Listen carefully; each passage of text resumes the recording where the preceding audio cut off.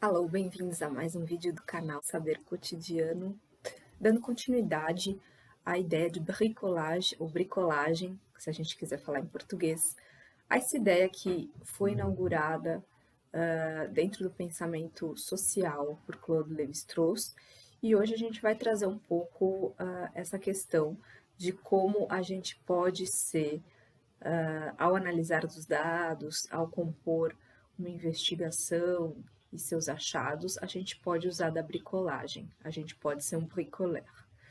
Pois bem, na última vez eu comentei o quanto de fato, dentro de uma perspectiva estruturalista, é possível alternar algumas peças do jogo sem mexer na estrutura comum, o que significa que a nossa análise ela não simplesmente vai ser jogada ou vai se servir de elementos quaisquer, né? Para fazer esse jogo de tirar de um lugar e colocar em outro, ou fazer associações entre dois lugares diferentes e permitir a troca dentro da nossa análise de uma situação A para uma situação B, é preciso levar em consideração a estrutura. Ao menos é isso que Lévi-Strauss coloca, ou seja, as respostas às nossas perguntas de pesquisa, elas estarão sempre limitadas pela história, ou seja, pelo tempo, e pelo que a gente enxerga de relação entre aquela parte e a estrutura. Então, não é qualquer parte que entra nos vazios. As partes que entram em vazios ou que se trocam entre si, elas têm que ter relações similares entre a parte e a estrutura.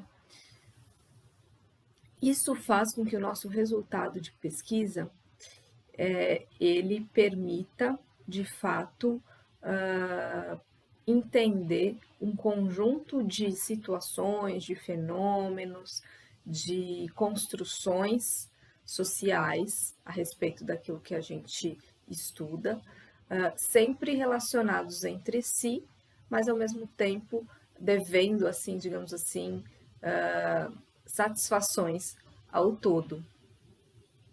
O interessante da análise da bricolagem é que a gente pode, na contemporaneidade, nos nossos estudos atuais, ir além daquela visão mais científica de que existe uma metodologia a ser rigidamente colocada, ser rigidamente seguida para atingir um resultado final. Isso é uma visão muito mais, não positivista, mas uma visão muito mais científica das ciências sociais, que também é seguida por alguns autores e defendida, obviamente, mas que, quando a gente está falando de análises antropológicas, nem sempre isso é possível, ou nem sempre isso dialoga com o universo do nosso trabalho de campo, da nossa investigação. A estrutura que o bricoleur utiliza, ela não é uma estrutura, por mais que ele trabalhe com questões estruturais, ele não vai dever tantas satisfações assim a um plano de pesquisa previamente definido, a um plano conceitual, ou seja, ele não vai partir de uma grande teoria explicativa, né? Por mais que essa grande teoria explicativa pode-se dizer que seja o estruturalismo, mas quando a gente está diante de um fenômeno para investigar, quando a gente está diante de resultados, a gente não vai se ater, propriamente dito, a uma grande forma de pensar. O bricoleur, ele realiza uma bricolagem intelectual, que significa que fazer uso de ferramentas distintas para aí sim elaborar uma estrutura. Então, essa estrutura ela não pode ser vista como dada a priori, ela precisa ser construída pelo investigador. Isso é muito diferente do que falar que, bom, então vamos aplicar aqui o estruturalismo. Não, não se trata disso. Se trata de enxergar padrões diversos e tentar encontrar uma lógica a partir daí. E essa lógica, obviamente, pode ser particular, mas a ideia nas nossas análises é que ela seja uma análise mais geral. Então, acaba-se indo ao encontro da noção de estrutura ao longo da análise, mas a partir das ferramentas distintas que cada um possui. E aí essas ferramentas, elas podem ser ferramentas analíticas, como a maneira como eu vou olhar para esse objeto. Elas podem ser ferramentas fornecidas pelo próprio trabalho de campo, ou seja, diferentes situações, elementos que surgiram ali, isso me permite chegar a determinadas significações que remetem a um todo ou a partes de um todo, né? E, consequentemente, fazer essas relações entre os signos, os símbolos e os significados, para além do discurso propriamente dito. Quando a gente está falando em análise antropológica, a gente tem que ter muito claro que a gente tem que ir além do que é dito, a gente tem que ir mais a fundo no que é feito, no que as pessoas dizem que fazem e no que elas fazem, e também na forma como elas produzem significados a partir daí. E tudo isso é elemento para uma análise a partir da bricolagem, né? Porque tudo isso já são coisas diversas que permitem a gente olhar para diferentes elementos.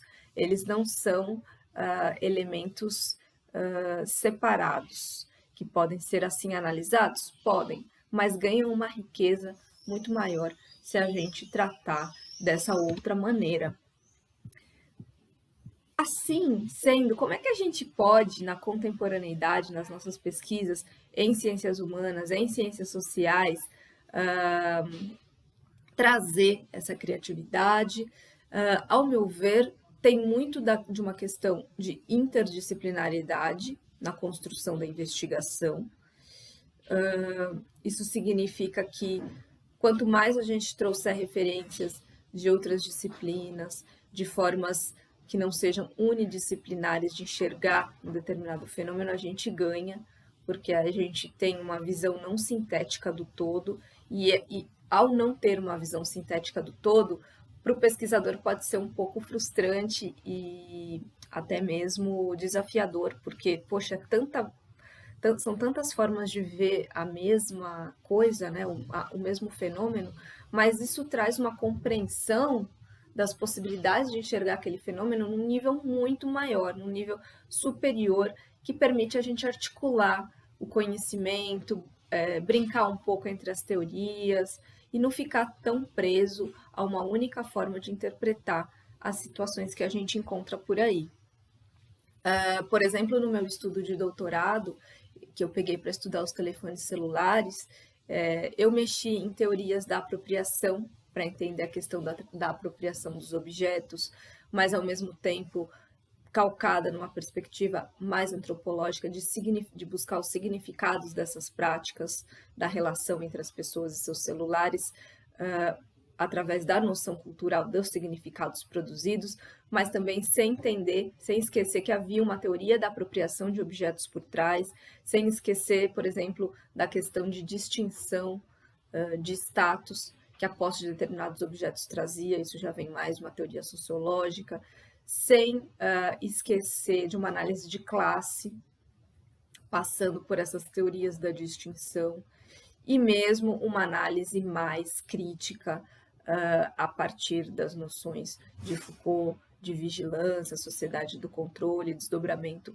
para essas questões que Deleuze traz. Então, são vários elementos que compuseram a minha forma de enxergar como que um objeto tão complexo como o telefone celular, ele é usado e isso altera as práticas sociais das pessoas na contemporaneidade.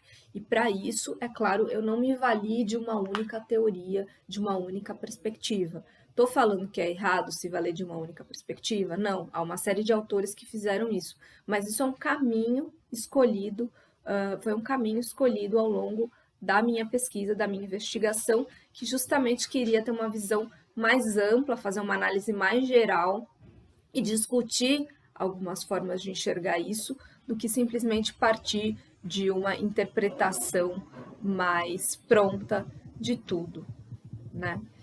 E o pesquisador, então, bricoleur, o pesquisador que não descarta a possibilidade de um estudo multidisciplinar, que não seja um tema, né, que não traga um tema único para desdobrar a sua análise, porque é assim, né, a nossa análise, ela nunca é nossa, ela dialoga no universo das simbólico e conceitual de análises anteriores, dialoga. E aí a gente pode escolher o que dialogar ou não. Os nossos orientadores, eles nos ajudam a entender, bom, essa relação que você está fazendo pode ter sentido ou não. Isso é possível da gente criar essa associação dentre o que você está vendo e as teorias que existem, mas também a gente pode fazer coisas diferentes, né? Que são relacionar esses diferentes conhecimentos, mais do que buscar uma ordem naquilo que a gente está vendo, baseado num quadro mais totalizador do contexto social. E por que isso é tão importante atualmente, né? Porque isso justamente vai dialogar com aquilo que eu venho falando aqui nesse canal, da construção de uma realidade universalizante. A partir do momento que a gente se baseia em quadros totalizadores do conhecimento, a chance da gente pular para a ideia de que a realidade é universal, e por isso a gente vai analisar os dados dessa maneira, porque a gente parte dessa perspectiva, é que a gente mate na nossa análise outras formas de saber, outros modelos de conhecimento, e que justamente estão na periferia de todo o grupo de saberes produzidos, justamente porque não tem essa pretensão de universalização, tem essa pretensão de mostrar que há diferenças a serem consideradas, e nem sempre a lógica universalizante é a mais adequada. Na maioria das vezes não é a mais adequada para compreender a realidade. Então, usar a bricolagem para fazer essas investigações exige, de fato, que a gente conheça múltiplas teorias, múltiplas metodologias, além de maneiras múltiplas de coletar, descrever, construir análise, interpretar o objeto de estudo de pesquisa, e que a gente desenvolva também maneiras múltiplas de narrar o que a gente está vendo, né? Sendo assim, eu queria que a gente saísse desse vídeo com a ideia clara de que a teoria, ela não pode ser uma explicação da natureza, aí não a natureza em oposição à humanidade, mas ela não pode ser uma explicação do que a gente vê do mundo, né? Mas a teoria, ela tem que ser uma explicação da forma como a gente se relaciona com isso. O mundo, ele vai ser explicado sempre de diferentes maneiras, né? E as diversas teorias estão aí para isso.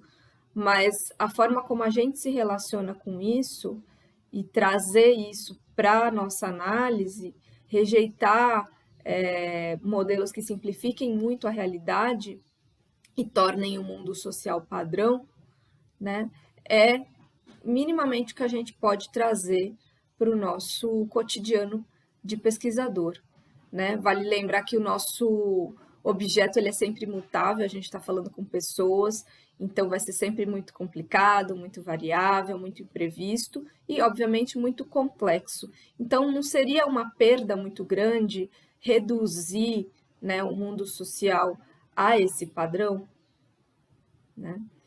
É preciso inventar, então, outras formas de rigor metodológico, outras formas de estender os limites interpretativos das nossas análises, para que a gente possa, então, ser, enquanto bricolé, um negociador.